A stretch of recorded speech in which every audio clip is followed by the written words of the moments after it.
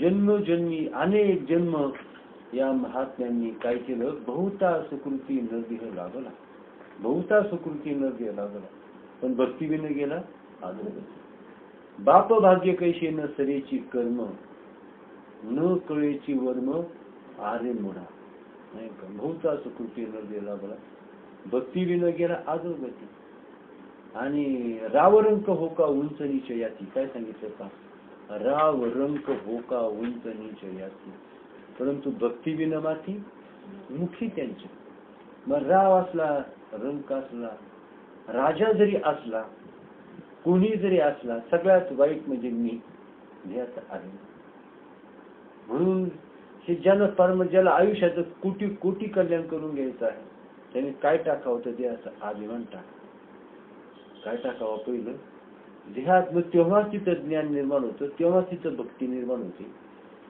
आणि ज्ञान आणि भक्ती निर्माण होणं म्हणजेच परमात्म्याचं वास्तव्य तिथं होणं, आपल्या अंतःकरणामध्ये परमात्म्याचं वास्तव्य होणं हे महत्वाचं आहे. आणि मग तो देह कसा होतो, मग तो पवित्र देह होऊन जातो. मग तो कोण बोलतो, बोलणारा तो नसतो. जसा स्पीकर असतो, स्पीकर बोलत नाही, स्पीकर बोलत नसतो, आवाज स्पीकर मधून येतो, परंतु तो स्पीकर बोलत नसतो. मग तसंच त्याच्या देहामध्ये परमात्मा तो बोलतो, बोलताना दिसतो, चालताना दिसतो, व्यवहार करताना दिसतो, सुख दुःख भोगताना दिसतो, परंतु तो परमात्माच आतमध्ये काय करतो, त्याचा सगळा देह चालवत असतो. सगळा देह तो परमात्मा त्याचा चालवत असतो. आणि म्हणून या संतांचे हे देणे नाही का, काय म्हटलेलं आहे, कल्पतरू हुनी दुने. संतांचं देणं कसं आहे, कल्पतरूपेक्षाही अनेक पटीनं. कल्पतरू काय देईल, त्रिभुवन, तुम्ही जे मागाल ते कल्पतरू देईल. त्रिभुवनातलं काही मागा तुम्ही, त्रिभुवनातलं काही मागा ते कल्पतरू देईल. जे आई देऊ शकत नाही, बाप देऊ शकत नाही, राजा सुद्धा देऊ शकत नाही, कोणतेही देवता देऊ शकत नाही. मग ते कोण देतात तर ते संत देतात नाही का.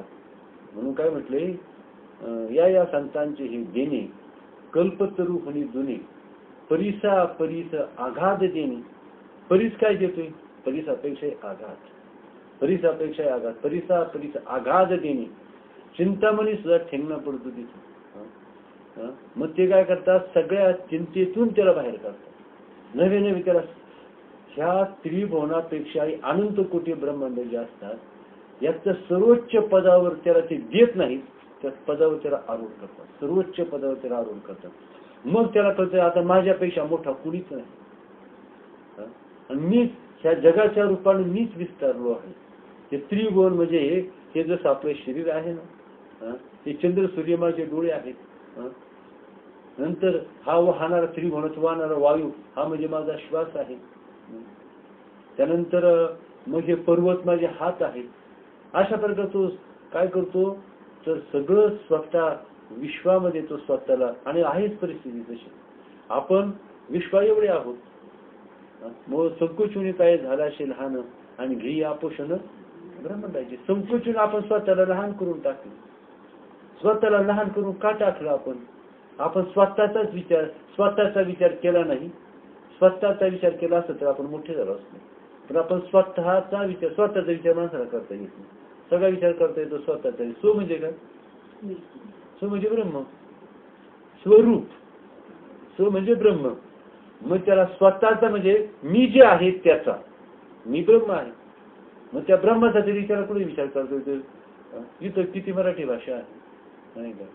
मग अशा प्रकारचं काय आहे, तर तो त्याला ते स्वरूप, त्याला म्हणजे स्वतःचा विचार त्याला करता येत नाही. स्वतःचा विचार करता येणं महत्वाचं असतं.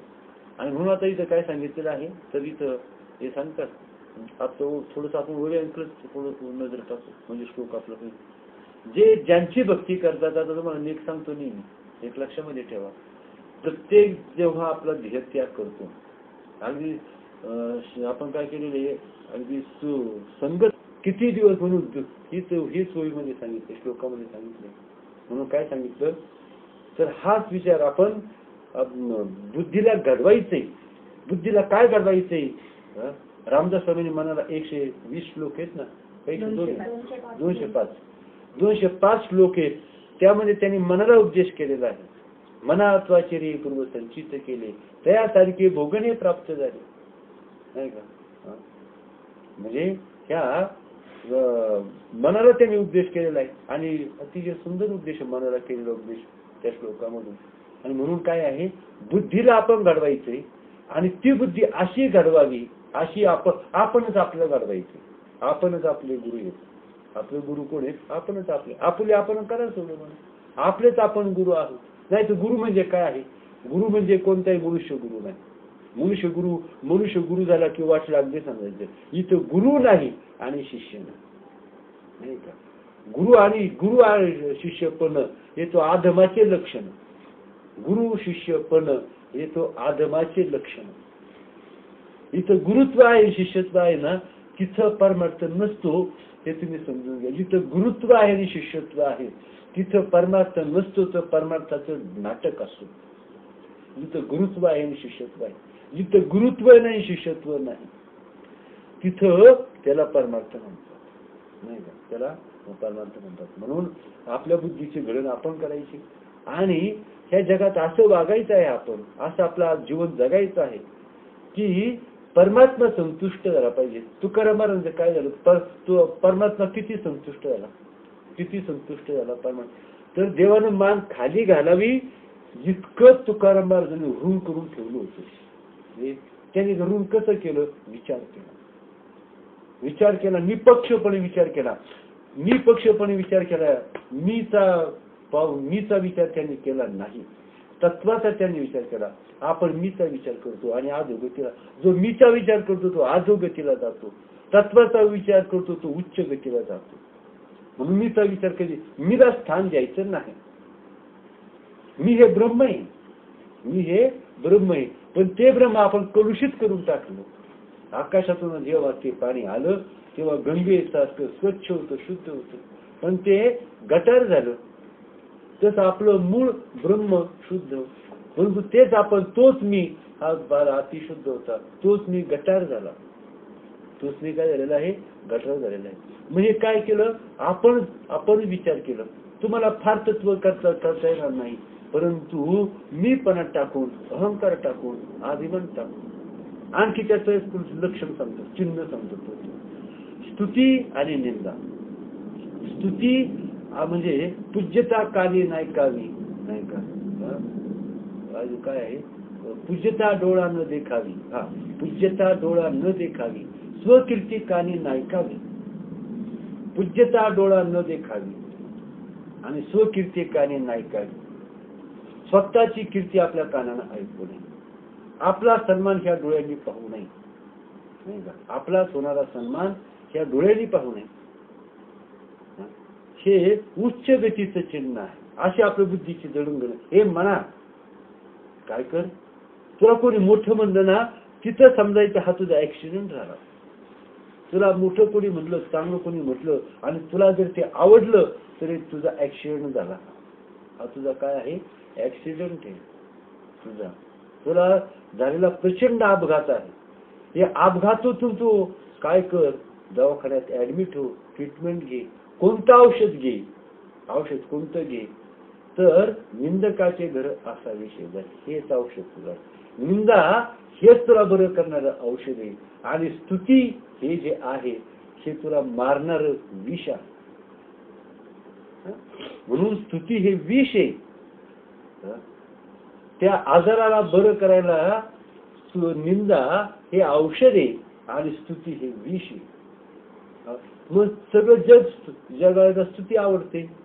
स्तुती आवडण्यासाठी काय अभ्यास करावा लागतो? काय ध्यानधारणा करावी लागते? एकांत सेवन करावं लागतो? हे तर सहजगत आहे. हे तर मूर्खांचं काम आहे. जितका जास्त मूर्ख तितकी त्याला स्तुती जास्त आवडते नाही का. आणि निंदा आणि स्तुती मानू करू एके पाठी, विचारे प्राण प्रवृत्ती जनिवली. निंदा आणि स्तुती मानू करून एके पाठी. निंदेला आणि स्तुतीला एका पारड्यात सारखं समत्वानं मोजतो. निंदा आणि स्तुतीला एका पारड्यात समत्वानं मोजतो. हे उच्च गतीचं साधन आहे. निंदेते न घे, निंदेते न घे, स्तुतीते नस लागे, आणि आकाशा न लगे लेपू जायचा. जो निंदेते न घे, स्तुतीते नस लागे, निंदा केली ऐकलीच नाही. मग त्याने ऐकली नाही का? परंतु अंतःकरणाची जडणघडण झाली नसल्यामुळं त्याला स्तुती काय असतो. आपल्या घरावर पाऊस पडतो, पाणी पडतं पावसाचं, आपण काय करतो, पाईप असं पडील काढलेले असतात, ते पडील काय करतात, वर पडलेला पाऊस सोडून देतात. तसं बुद्धीला आपण काय करायचे, 2 पनीर काढायच्या, 2 पनीर काढायच्या. एक पनीर काय करायचा, पाणी साठवण्यासाठी करायचा, आणि एक पनीर काय करायचा, आपण असं 2 पनीर करायचे. पाहिजे तेवढं पाणी आपल्या टाकीत घ्यायचं, एका पाईपनं पाहिजे तेवढं पाणी आपल्या टाकीत घ्यायचं, नको असलं पाणी बाहेर सोडायचं. असे 2 पनीर अशी घराला जोड. तसे आपल्या ह्या देहाला 2 पनीर बसवायचे आहे. जी निंदा आहे ती आतमध्ये साठवायची आहे, आणि स्तुती जी आहे ते बाहेर सोडून द्यायची आहे.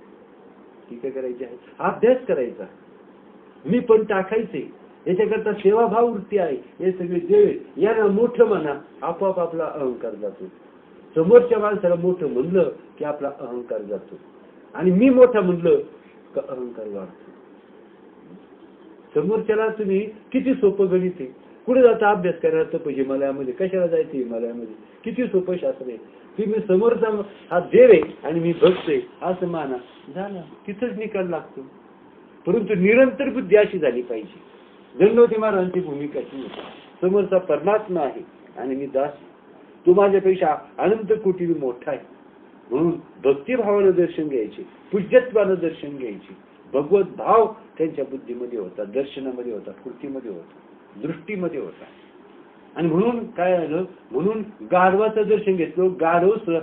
मेलेल्या गाढवाला सुद्धा जिवंत व्हावं लागलं. त्या शब्दाचा, ते शब्द स्वामींचे शब्द वाया जाऊ नये, स्वामींचे शब्द, स्वामींचं दर्शन वाया जाऊ नये त्याला. म्हणून ते गाढव सुद्धा जिवंत झालं. कशा करता, त्या दंडवताचा, नमस्काराचा स्वीकार करण्यासाठी. इतका त्याच्या कृतीला अर्थ प्राप्त होतो. आणि म्हणून आपली बुद्धीची हे आपलं कोणी सांगणार नाही. उलट म्हणजे तुला असं म्हणलं, आमका आमकी अशी म्हणली, तू कशी काय गप्प बसली, असे सांगणारं अख्खे जग आहे. हे सांगणारं सगळं अज्ञान सांगणारं जग आहे, अज्ञान वाढवणारं जग आहे. परंतु अज्ञान घालवणारं आणि ज्ञान देणारं हे शास्त्र आहे. आणि म्हणून काय करायचं आहे, म्हणून मला काय सांगितलं, देवांची जे भक्ती करतात ते देवाला जातात, जे देवतांची भक्ती करतात ते देवताकडे जातात. म्हणून मग एक सांगायचं, देह पडला की काय फळ द्यायचं, कर्मण्येवाधिकार असते माप, फळ काय द्यायचं हे ईश्वर ठरवतो. तुम्हाला कोणकोणती फळं द्यायची आहेत, तर कर्म तुम्ही करा, कर्म करण्याचा तुम्हाला अधिकार आहे. पण तुम्हाला फळं मात्र कोणकोणती, कोणत्या कर्माची कोणकोणती फळं द्यायची आहेत हे मात्र ईश्वराच्या हातात नाही का. आणि म्हणून शुद्ध बीजापोटी आणि फळे रक्ताला गोड होतील. ते बीज, कर्माचं बीज जर स्वच्छ असेल त्याला फळं सुद्धा कशी येतात, रसाला येतात. आणि म्हणून इथं काय सांगितलं, जे ज्याची भक्ती, जे ज्याची आता इच्छा, तुम्हाला सांगतो कधीही माता या नाशिवंताची इच्छा करू, जगाची इच्छा, मी नेहमी सांगतो तुम्हाला, जगाची इच्छा करू. इच्छा धन दौलत संपत्ती प्रारब्धाने मिळेल ते आनंदाने भोगावं, बरोबर. जे प्रारब्धाने मिळेल आनंदाने भोगावं. आणि प्रारब्धात जे काही प्रारब्धानं चांगलं वाईट सुख दुःख मान अपमान जे असेल, आणि म्हणून काय म्हटलेलं आहे, आवडीने भावी हरिनाम दिशी तुझी चिंता त्याची तुला नको खेद करू कोणत्या गोष्टीचा पती लक्ष्मीचा जाणत असेल किंवा ठेवी आनंदी तैशी चिरावी चिष्टी असू द्यावी. समाधान वृत्ती ठेवायची. जास्त पैसे मिळाले म्हणून काय उड्या मारी सुटायचं नाही, आणि नुकसान झालं म्हणून काय घरात कोंडून घ्यायचं नाही. स्थिर बुद्धी आपला सगळा हा खेळ विचाराचा आहे. हा ही आपण जसा विचार करतो तशा वासना तशा इच्छा निर्माण होतात. तुम्हाला मी सांगतो इच्छा साध्य नाही. मी जे सांगतो आपण ज्या संकल्प करतो, ज्या इच्छा करतो, त्या इच्छा चुकून सुद्धा म्हणजे पूर्ण होतात बरं का. इच्छा सुद्धा पूर्ण होतात. म्हणून काय इच्छा करावी, मनाची इच्छा काय करावी. तुम्हाला एक दृष्टांत सांगतो, थोडासा आपला योग वासिष्ठाचा दृष्टांत सांगतो. एक हिंदू नावाचा ब्राह्मण होता, त्याला हिंदू का आख्यान त्याला म्हटलं. हिंदू नावाचा ब्राह्मण होता आणि त्याला 10 पुत्र होते त्या ब्राह्मणाला. आणि त्या सगळ्यांनी त्याने एकदा ऐकलं, असं ज्ञान असं ऐकलं, त्याच्या जगामध्ये ब्रह्मदेव सर्वश्रेष्ठ आहे. तोच जगाची उत्पत्ती करतो, तो जगाचं पालन करतो, त्याच्यामध्ये जगाचा लय होतो. त्या विश्वामध्ये ब्रह्मदेव सर्वश्रेष्ठ आहे. की त्याने ब्रह्मदेवाचं ऐश्वर्य ऐकलं. त्या 10ही भावाने ठरवलं की आपण काय करायचं, विश्व युक्त, या जगानं युक्त असं आपण ब्रह्मदेव व्हायचं. त्या 10ही भावांनी अशा प्रकारचा निश्चय केला.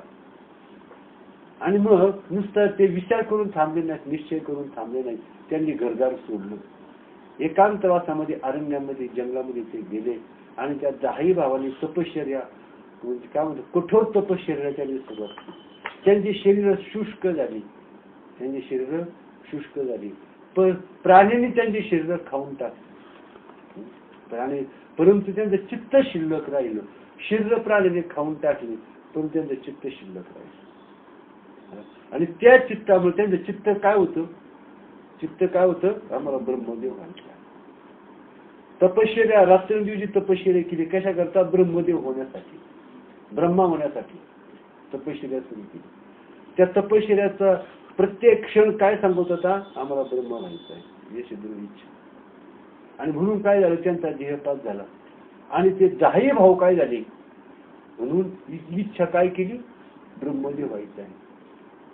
मनाचे संकल्प पाविल, म्हणजे तुम्ही जी जी इच्छा रात्रंदिवस कराल ती ती तुम्हाला प्राप्त होते.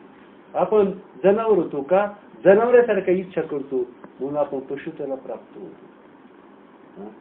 त्यानंतर गंधर्वांच्या उच्च इच्छा करतो म्हणून गंधर्वाला आपण प्राप्त होतो. जी जी इच्छा करू, ह्या जीवनाचं सार एका, आपण समजा 10 गाड्या ट्रक निघाला कांद्याचा, 10 ट्रक कांदे निघाले, 10 गाड्या निघाले, पण त्याचा एकच चेक मिळाला, 10 लाखाचा एक चेक मिळाला. त्या 10 गाड्याचं सार काय आहे, एक चेक आहे. बरोबर आहे का नाही, एक चेक आहे 10 गाड्याचं. त्यांनी जे वर्ष 4-6 महिने जे कष्ट केले, त्या कष्टाचं फळ काय आहे, एक चेक आहे. तसं आपण आयुष्यात जे करू त्याचं एक चेक आहे. आणि तो एक चेक सांगतो त्याचं सार काय, तेच फळ आपल्याला.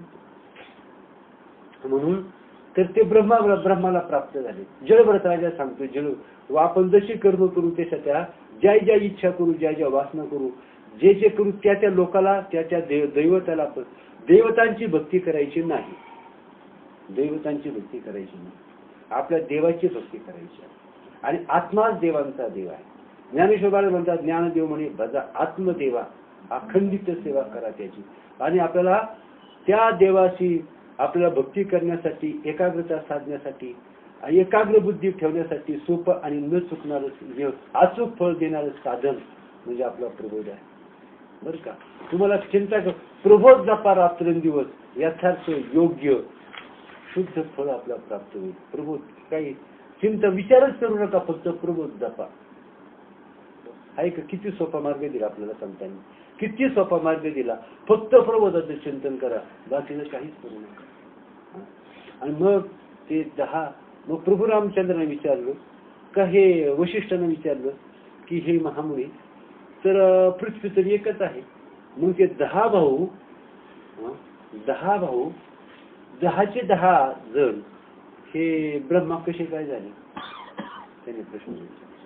याच्यासाठी मी दुसरं एक छोटस आख्यान सांगतो, याच्यासाठी, याच्या पुष्टीसाठी. ते आख्यान आहे कोणतं,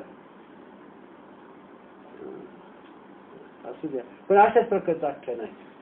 तर ते असाच एक ब्राह्मण होता, त्याला 8 पुत्र होते. त्याला 8 पुत्र होते. ते 8ही जण असत जो जो मिळतो जो ते व्याख्याने. परंतु आता ते याला पुष्टी देण्यासाठी, आता त्याच्यामध्ये काय सांगितलं, त्याला 8 पुत्र होते. त्या 8ही पुत्रांनी ठरवलं की आपण काय करायचं आहे, असं ब्रह्मदेव स्वरूपाला प्राप्त व्हायचं. त्यांनी सुद्धा काय केलं, 8 जणांनी तपश्चर्या करायला सुरुवात केली. ते व्याख्यान आख्यान फार मोठे, मी त्यातला फक्त ठराविक आवश्यक भाग तेवढा घेतो. आणि मग त्यांच्या गरजा सोडून तपश्चर्येला निघून गेले. त्यांच्या पत्न्यांना पतीची काळजी लागली. ते म्हटले आमच्या पतीचे प्राण आमचं घर सोडून जाऊ नये. असे त्यांच्या पत्न्यांनी त्यांनी सुद्धा प्राण तपश्चर्या केली घरामध्ये. आमच्या पतीचे प्राण ह्या घरामध्ये बाहेर जाऊ नये. आणि त्यांनी तपश्चर्या केली आम्हाला ब्रह्मपदाची प्राप्ती व्हावी नाही का असं. आणि म्हणून तर आता इकडे जे तपश्चर्या करीत होते आणि इकडे त्या सुना आणि त्यांचे सासू सासरी हे तीर्थयात्रेला निघाले.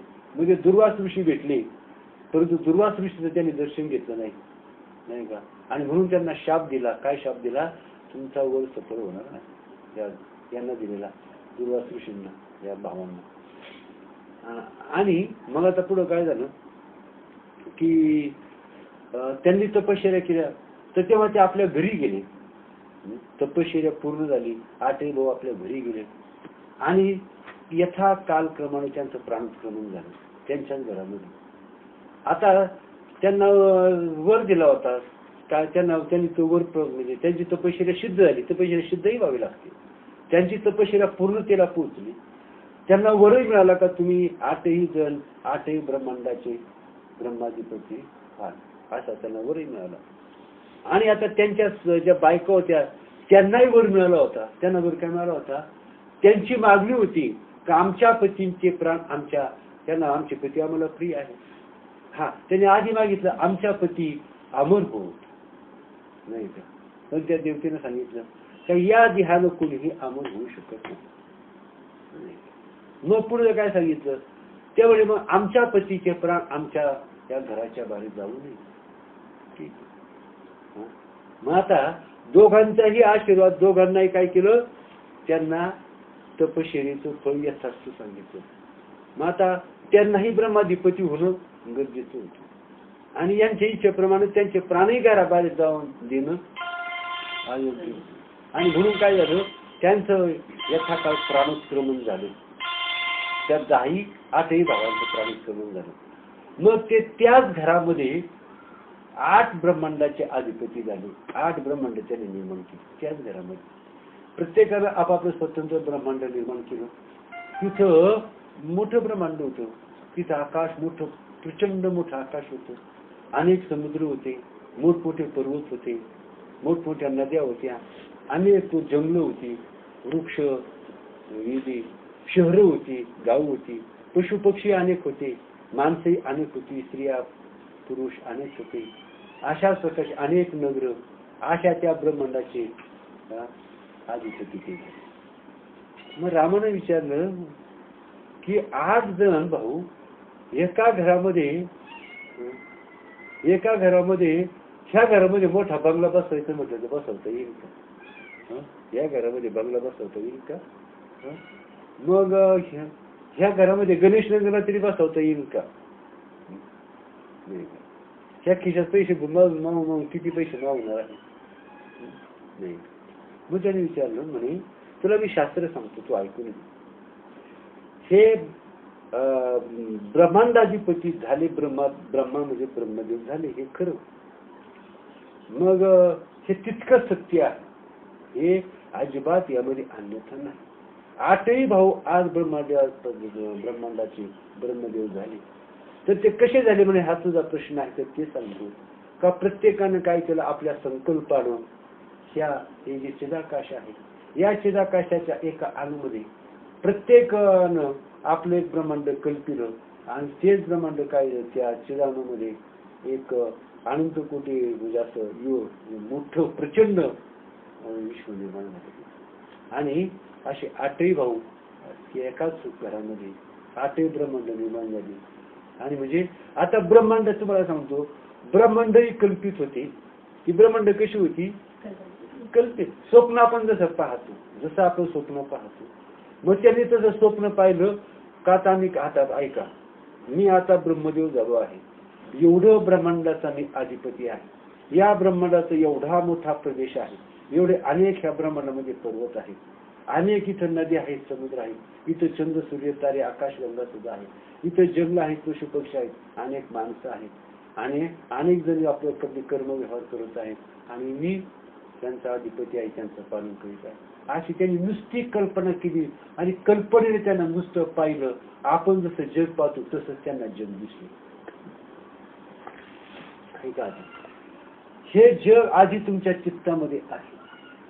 हे जग बाहेर नाही. तुम्हाला माहिती आहे ना, जग चित्तामध्ये आहे. हे चित्तामधलं जग आपण बाहेर पाहत आहोत. तसं त्यांनीच आपल्या हृदयामध्ये, प्रत्येकानं आपल्या हृदयामध्ये असं हे ब्रह्मांड कल्पिलं आणि त्यांची दृढ इच्छा असल्यामुळं ते स्थूलत्वास पावलं. त्यांच्या दृढ इच्छेमुळं काय झालं, स्थूलत्वास पावलं म्हणजे प्रत्यक्ष साकारलं, साकार झालं ते. आणि मग ते काय झाले, आज एवढ्याशा घरामध्ये एकाचे जाणूमध्ये एकाचे जाणूमध्ये काय झालं, आता आपल्याजवळ सुद्धा असंख्य ब्रह्मांड आपल्याजवळ सुद्धा आहे, पण आपल्या सुद्धा जाणीव नाही त्याची. आपल्याकडून अनेक सिद्ध महात्मे ये जा करीत असतात, आपल्या स्वतःची जाणीव नाही. आणि हे अतिवा अगदी जो असतो ना, त्यानं सिद्ध जास्त ते जाणू शकतो. म्हणून काय आहे, तर आपण जे आता एका शकाला सांगितलं, तर ते 10 मला सांगितलं ते आईंदो वाखाण्यात हिंदू पुत्र 10 जण होते. मग एकाच पृथ्वीची त्या अधिपती कशी झाली, त्यांनी फक्त कल्पना केली, त्यांच्या चित्तानं कल्पना केली. त्यांचे देह संपले होते, त्यांची 10 जणांची 10 चित्त शिल्लक राहिली होती.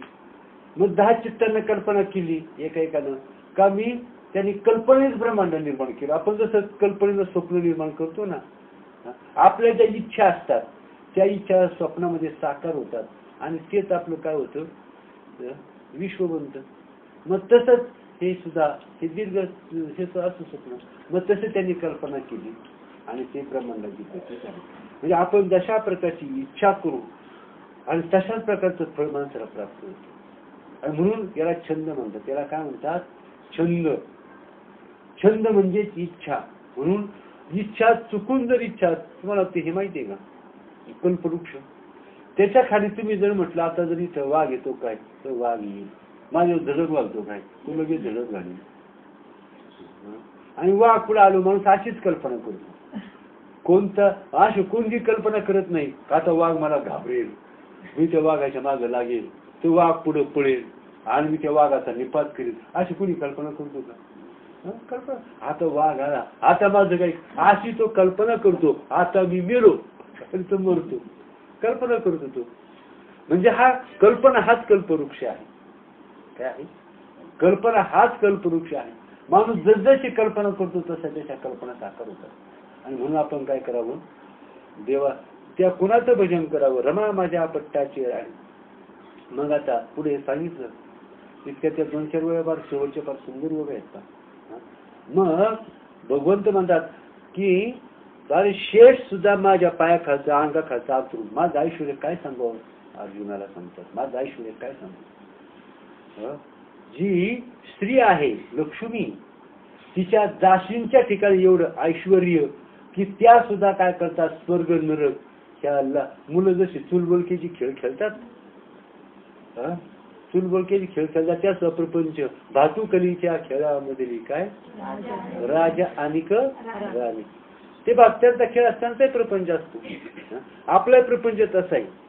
मग त्या लक्ष्मीच्या ज्या असंख्य ज्या हजारो ज्या दासी आहेत त्यातल्या एखाद्या दासीनं कल्पना करावी आणि त्याचा स्वर्ग निर्माण होतो. त्याचा स्वर्ग निर्माण होतो. आणि तिथं तीच दासी काय करते, त्या इंद्राला जन्म देते. तीच राशी त्या दासी त्या इंद्रावर आधिपत्य गाजवते आणि तिची इच्छा संपली का इंद्राचं सुद्धा ते स्वर्ग राज्य मोडतं आणि इंद्र सुद्धा काय होतो, खाली येतो. मग ज्या लक्ष्मीच्या दासींचं सामर्थ्य एवढं, त्या लक्ष्मीला मी काय केलं, तिला सुद्धा माझ्या जवळ केलं नाही. दुसरं सांगतो, नंतर हे मी जोडणं विचार काय सांगतो, तर काय सांगतो पहा, तर हे विश्वात्मक रूपडे आम्ही जाविले तुझं पुढे, ते शंभूही परी न जोडे तपे करिता. नाही का, हे तुझ वाचून अर्जुना पूर्वी श्रुत दृष्ट नाही आना, हे जोगे नाही साधना म्हणून अर्जुना, अरे मी जे तुला दिले हे जगात मी कोणालाच देत नाही. पण तू माझा प्रेमळ भक्त आहे, तू माझा प्रिय आहेस, म्हणून मी मग देवाचं प्रिय जर झालं तर आपण कोल्या कुत्र्याचे प्रिय होतो, ज्याला काळीची अक्कल नाही, जो मूर्खातला शिरोमणी आहे त्याचा आपण प्रिय होतो, त्याचं प्रिय होतो. प्रिय कोणाचं हो? देवाचं प्रिय व्हावं. देवा मग ती अशी जी लक्ष्मी, त्या लक्ष्मीला मग काय केलं, तिला सुद्धा भगवान शंकर एवढी तपश्चर्या करतो. भगवान शंकरानं माझं ऐश्वर्य जाणून स्मशानामध्ये तपश्चर्याला सुरुवात केली. कुठं? कसलाही कुठं? स्मशानामध्ये. का? कसलाही संग दृष्टीस पडू नये, कानात ऐकू येऊ नये म्हणून.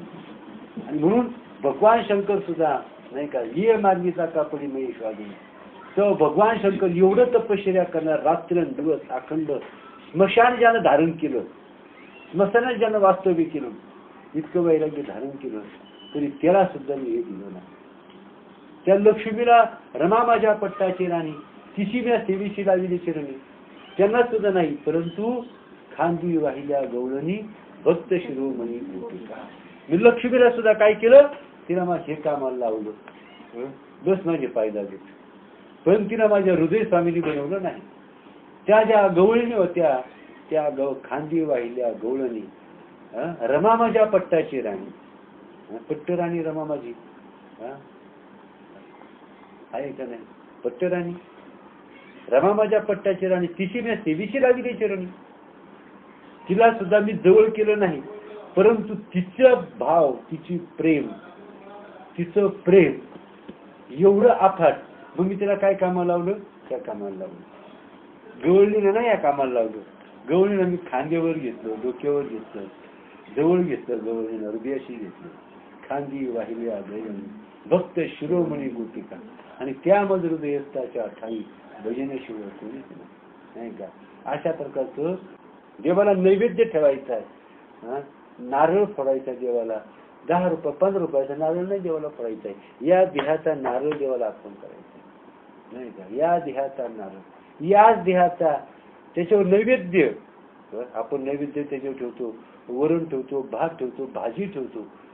देहाचा नैवेद्य करायचा, त्याच्यावर इच्छा, आकांक्षा, वासना त्याच्यावर ठेवायच्या आहेत. आणि असा ह्या आपल्या इच्छा, वासना, आपल्या आवडत्या गोष्टी, तिथं मी पण, माझं पण, हे तिथं वरण भात भाज्या तूप हे त्याच्यावर ठेवायचे आणि तो नैवेद्य देवाला अर्पण करायचा आहे. लाटलेला तव्यावर भाज्या नैवेद्य देवाला नकोय.